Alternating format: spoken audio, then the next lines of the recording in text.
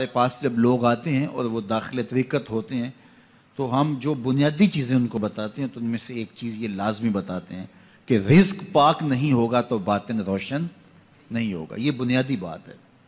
اگر رزق پاک نہیں ہے تو میرے حضور نے ارشاد فرمایا کہ ایک بندہ سفر کر کے کعبۃ اللہ کے صحن میں پہنچتا ہے اور کعبے کے پردوں کو تھام رہا ہے وَيَمُدُّ يَدَيْهِ اور لمبے لمبے ہاتھ کر کے کہتا ہے اے اللہ, لیکن اس کا کھانا حرام ہے, اس کا پینا حرام ہے, اس کا لباس حرام ہے, وہ غزیہ بالحرام, اس کو غذا حرام سے دی گئی ہے. میرے حضور نے فرمایا اس کی کوئی دعا قبول نہیں ہوگی. سفر کیا, جنگل پہاڑ کاٹے, سمندروں کو پاٹ کر کے آگے گیا, ہواؤں کے کلیجے چیر کے آگے بڑھا, مہینوں کی مسافتیں طے کر کے گیا اور کعبۃ اللہ کے سامنے کھڑا ہے, سین حرم میں مطاف میں کھڑا ہے, لیکن اس کا جسم حرام سے پلا ہے. اس نے جو پہنا ہے اس لباس کا تانا یا بانا حرام کا ہے, اس کو غذا حرام کی دی گئی ہے, اس نے پیا حرام کا ہے, اس نے کھایا حرام کا ہے, تو پھر اس کا یہ سارا سفر رائے گاں چلا جائے گا, اس کو کچھ نصیب نہیں ہوگا. تو سب سے پہلی شرط اس عنوان سے عقل حلال ہے. اس کے بعد پہ صدق مقال ہے کہ آپ کی زبان جھوٹ نہ بولے. جب کوئی شخص جھوٹ بولتا ہے روحانیات تو دور کی بات ہے, اللہ کے فرشتے اس سے 1 میل دور ہٹ جاتے ہیں. جب کوئی شخص جھوٹ بولتا ہے تو حدیث پاک میں آتا ہے اس کے منہ سے ایک خاص قسم کی بدبو نکلتی ہے. اس بدبو کو ہم نہیں سونگھ پاتے لیکن فرشتے سونگھ لیتے ہیں, چونکہ فرشتے انتہائی حساس مخلوق ہے اور وہ جھوٹ کی وجہ سے نکلنے والی بدبو کو سونگھتے ہیں. اللہ نے حضرت امام اعظم امام ابو حنیفہ رضی اللہ تعالیٰ عنہ کو یہ بصیرت عطا کی تھی اور یہ باطنی نظر بخشی تھی کہ جب کوئی شخص وضو کرتا تھا تو اس کے وضو کے پانی سے پہچان لیتے تھے کہ یہ کس گناہ کا مجرم ہے. جب بندہ وضو کرتا ہے تو وضو سے ہاتھوں کے گناہ جھڑتے ہیں, منہ کے گناہ جھڑتے ہیں, تو وہ وضو کے پانی سے اس بات کو محسوس کرتے تھے. اللہ نے ان کو وہ بصیرت عطا کی تھی, لیکن انہوں نے اللہ کی بارگاہ میں عرض کی مالک مجھ سے یہ چیز چھین لے, یہ چیز مجھے نہیں چاہیے. لوگوں کے بارے میں جو ہے وہ ایسا گمان پھر پیدا ہوتا ہے. تو فرشتوں کو اللہ نے وہ حساس جو ہے وہ پاکیزہ وجود دیا, اور ان کی حس ایسی ہے کہ وہ بدبو جو انسان بولتا ہے اور لفظوں سے جو اثرات نکلتے ہیں وہ محسوس کرتے ہیں. تو جب کوئی شخص جھوٹ بولتا ہے تو اس کے جسم سے, اس کی زبان سے جھوٹ کے ساتھ بدبو نکلتی ہے. اللہ کے فرشتے 1 میل دور تک پیچھے ہٹ جاتے ہیں. تو مجھے بتائیے جو شخص جھوٹ بولتا ہو کیا اسے کوئی روحانی مرتبہ مل سکتا ہے؟ یہ سوچا بھی نہیں جا سکتا, یہ امکانات سے ہی نہیں ہے. اللہ کے محبوب علیہ السلام سے پوچھا گیا کہ حضور کوئی مسلمان کوئی مومن کیا بزدل ہو سکتا ہے؟ فرمایا نہیں, وہ بہادر ہوتا ہے, لیکن ہو سکتا ہے کبھی اس سے بزدلی بھی سرزد ہو جائے. انسانی کمزوری ہے, کبھی انسان بہت طاقت میں ہوتا ہے اور کبھی انسان کمزور بھی پڑ جاتا ہے. فرمایا ہو سکتا ہے کبھی اس سے ہو بھی جائے. پھر پوچھا کہ بخل کر سکتا ہے؟ فرمایا نہیں, مومن سخی ہوتا ہے لیکن ہو سکتا ہے کبھی اس سے بخل بھی ہو جائے. کبھی کبھی دولت اسے اچھی بھی لگنے لگ جاتی ہے, جس طرح فرمایا گیا کہ اولاد مبخلتن مجبنتن, یہ جو اولاد ہوتی ہے یہ بندے کو بخیل بھی بنا دیتی ہے اور بزدل بھی بنا دیتی ہے.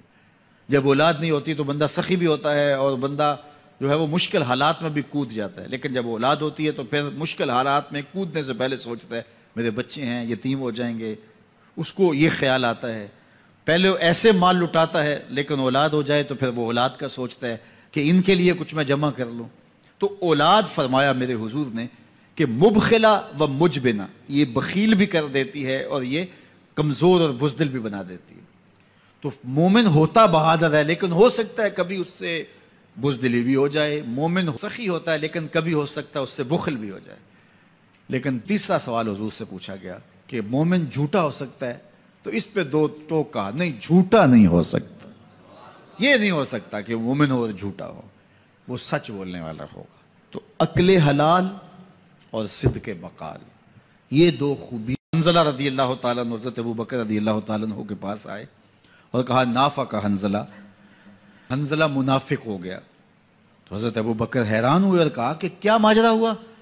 کہا کہ حضور کے پاس ہوتے ہیں تو کیفیت اور ہوتی ہے، اور جب واپس آ جاتے ہیں تو پھر وہ کیفیت برقرار نہیں رکھ پاتے۔ یہی تو نفاق ہے کہ وہاں کیفیت اور ہے اور یہاں کیفیت اور ہے۔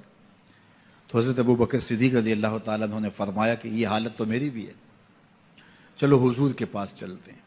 آقا کریم کی خدمت میں حاضر ہوئے اور جا کے کہا کہ حضور حالت یہ ہے۔ تو آقا کریم نے فرمایا کہ وقت وقت کی بات ہوتی ہے، اور اگر تمہاری وہ کیفیت جو یہاں ہے وہ باہر بھی برقرار رہے تو مدینے کی گلیوں میں فرشتے تم سے مصافحہ کیا کریں۔ تو صحبت کا ایک رنگ اور صحبت کی اپنی ایک برکت ہوتی ہے، اس لیے اچھے لوگوں کی صحبت، اچھے استاد کی صحبت، والدین کی صحبت، اچھے دوستوں کی صحبت اور شیخ کی صحبت، یہ صحبت رنگ دیتی ہے۔ گر تو سنگے خاراؤ مر مر شوی، چوں بصاحب دل رسی گوہر شوی۔ مولا رومی فرماتے ہیں اگر تو سخت پتھر ہے، سنگے خاراؤ مر مر شوی، چوں بصاحب دل رسی، کسی صاحب دل کی صحبت میں بیٹھ گوہر شوی، تو موتی بن جائے گا۔ صحبت رنگ چڑھائے گی نا، صحبت رنگ چڑھائے گی۔ شیخ سعدی فرماتے ہیں میں حمام میں گیا تو وہاں مٹی تھی اور میں نے سونگا تو اس سے خوشبو آ رہی تھی، تو میں نے کہا تو مٹی ہے اور تیرے وجود سے خوشبو آ رہی ہے؟ تو اس مٹی نے زبان حال سے جو جواب دیا وہ شیخ سعدی نے نظم کیا کہ اس مٹی نے کہا کہ میں ہوں تو مٹی لیکن چند دن تک پھول کے قدموں میں بیٹھی رہی ہوں، جمال ہم نشیں در من اثر کر وگرنہ من ہما خاکم کے ہستم۔ میرے ہم نشیں کا جمال میرے اندر سرایت کر گیا ہے، ورنہ ہوں تو میں ذات کی مٹی۔ اللہ اکبر۔ لیکن پھول کی صحبت کا رنگ چڑھا ہے۔ درد منداں دے سخن محمد دین گواہی حالوں، درد منداں دے سخن محمد دین گواہی حالوں، جس پلے پھل بدے ہون آوے باس رومالوں۔ یہ صحبت کا رنگ ہے جو اثر پذیر ہوتا ہے، اس لیے ہمیں اہل اللہ کی صحبت میں بیٹھ کے، صالحین کی صحبت میں بیٹھ کے، اچھے لوگوں کی صحبت میں بیٹھ کے سیکھنا چاہیے۔ تو اولادوں کو اپنے والدین کی صحبت میں بیٹھ کے جو ہے وہ سیکھنا چاہیے۔ دور موجود کے اندر سکھانے والا کوئی پاکیزہ وجود نہیں رہ گیا، ہم سب کچھ سوشل میڈیا سے سیکھتے ہیں۔ سوشل میڈیا سے آپ کو معلومات تو نصیب ہوں گی لیکن تربیت نصیب نہیں ہوگی۔ آدمی آدمی بناتے ہیں، تربیت کسی شخص کی صحبت کے نور سے نصیب ہوتی ہے۔ کہ سینے میں حب رسول اور خشیت الہی کا جو جذبہ نور تھا، اللہ تعالیٰ جل شانہ نے ان کو جو عرضاں کیا ہوا تھا، قرآن مجید کی تلاوت کرتے تو ان کی آنکھیں آنسوں کا خراج دیتے، اور عذاب کی آیات پر جو ان کی کیفیت ہوتی تو اس وقت ان کی اس کیفیت پہ ترس آنے لگتا۔ وہ آنسو جو حضور کی محبت میں بہے گئے اور اللہ کی خشیت میں آنسو جو بہے، وہ معمولی آنسو نہیں ہیں۔ رومی کہتے ہیں جہاں پانی گرتا ہے وہاں سبزہ اگتا ہے، جہاں آنسو گرتے ہیں وہاں رحمت اترتی ہے۔ تو یہ کتنی بڑی دولت ہے، اور یہ درد، یہ کیفیت جو ہے وہ اہل اللہ کی صحبت میں بیٹھ کر کے نصیب ہوتی ہے۔ اللہ اکبر۔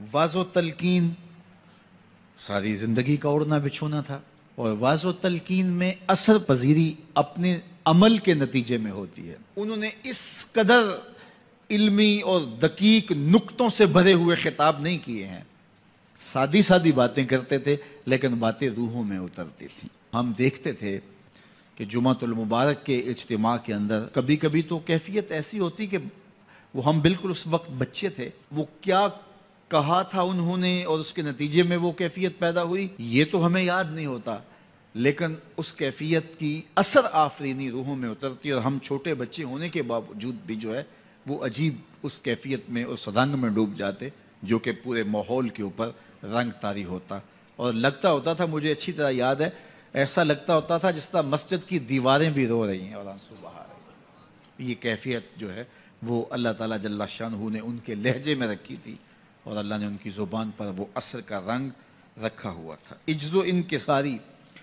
ایک عجز وہ ہوتا ہے کہ جو انسان کی صرف زبان پہ ہوتا ہے میں بڑا عاجز ہوں، لیکن وہ ہوتا نفس الامر میں متکبر ہوتا ہے۔ اس تکبر سے بچنا چاہیے کہ جو لفظوں کی حد تک عجز ہو لیکن رویہ اس کا متکبرانہ ہی ہو۔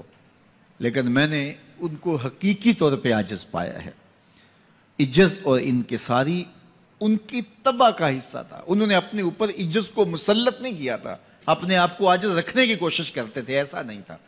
ہاں، اپنے آپ کو عاجز رکھنے کی کوشش یہ بھی محمود ہے، لیکن وہ اس کیفیت میں تھے کہ وہ فطرتاً طبعاً ان کی طبیعت میں انکساری تھی اور ان کی طبیعت میں عجز تھا، اور اللہ تعالیٰ جل شانہ کو عجز بہت پسند ہے۔ یہ باتیں میں آپ سے وہ کر رہا ہوں جو میرا صرف وجدان ہی نہیں کہتا، بلکہ جو میری آنکھوں نے جس کا مشاہدہ کیا ہے۔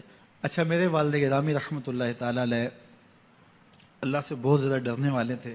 وہ ہمیں بار بار اس بات کی تاکید کرتے تھے کہ میری قبر پکی نہ بنانا اور کوئی عالی شان مزار نہ بنانا۔ اس بات پہ زور دیتے تھے کہ میرے بعد جو ہے وہ میری کرامات کو نہ بیان کرنا، ایسی گھڑنے کی کوشش بھی نہ کرنا۔ ہم نے اپنے والد گرامی کی قبر تو پکی نہیں بنائی، لیکن ان کے فکر کو پختہ کر کے تھاما ہے۔ ہم نے ان کا عالی شان مزار تو نہیں بنایا، لیکن یہ مرکز مصطفیٰ ان کے مزار نور پر جو کہ کچا ہے، رحمتوں کے نزول کا سبب اور ذریعہ ہے انشاءاللہ۔ تو قبر کچی ہے لیکن ان کا پیغام پختہ کیا۔ تو یہ بہت تاکید کے ساتھ وہ بات کیا کرتے تھے اور بڑے زور کے ساتھ یہ بات کہتے تھے، اور میں بھی بار بار یہ بات اس لیے بیان کرتا ہوں تاکہ میرے ماننے والوں اور محبت کرنے والوں اور بالخصوص اولاد جو ہے وہ اس فکر کو اچھی طرح سیکھ لے کہ انہوں نے کیا کہا تھا اور اس فکر کو کس طرح پھر اختیار کیا گیا، اور آگے ہم نے اسی فکر پہ گامزن رہنا ہے۔ میں مر کے بھی زندہ ہوں اہل وفا کی محفل میں، میری محفل میں آ میرا مزار نہ پوچھ۔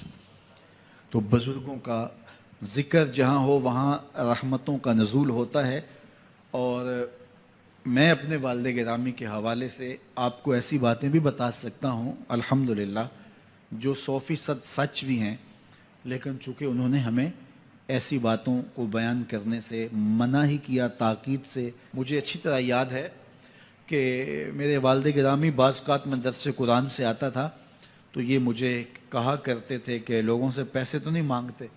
تو میں کہتا کہ ابا جی میں آپ سے وعدہ کیا ہوا ہے، کیسے مانگتا ہوں؟ وہ بار بار کبھی کبھی 10 دن بعد کبھی مہینے بعد بھی ایسا ہوتا، تو میں کہتا کیسے میں مانگ سکتا ہوں؟ اللہ نے آپ کی دعاؤں کی برکت سے بڑا دیا ہے، تو مجھے مانگنے کی ضرورت کیا؟ اللہ بن مانگے عطا کر رہا ہے۔ جمعۃ المبارک کا دن تھا اور میں درس قرآن پہ تھا، اور اللہ تعالیٰ جل شانہ نے ان کو اس حالت میں اس دنیا سے اٹھایا کہ وہ میرے پہ راضی تھے، اور میری ڈیوٹی درس قرآن کی جو انہوں نے لگائی تھی وہ ڈیوٹی دیتے ہوئے اپنی آنکھوں سے انہوں نے مجھے دیکھا تھا، وہ خوش تھے۔ اس مرکز کی پہلی اینٹ انہوں نے رکھی تھی، اور آج یہ مرکز تکمیل کے مراحل کی طرف بڑی تیزی کے ساتھ بڑھ رہا ہے۔ اس وقت جب انہوں نے ہمیں بہت ساری دعائیں دی تھی اور یہاں رونقیں ہوں گی، اتنا کچھ ہوگا، اس وقت ظاہری اسباب نہیں تھے، لیکن ان کی بصیرت کی آنکھ یہ سارے مناظر دیکھ رہی تھی، اور آج یہ ہجوم عاشقاں، یہ محبتوں کا عالم اور یہ پیار کی کیفیت، یہ یقیناً ان کی دعاؤں کا ثمر ہے۔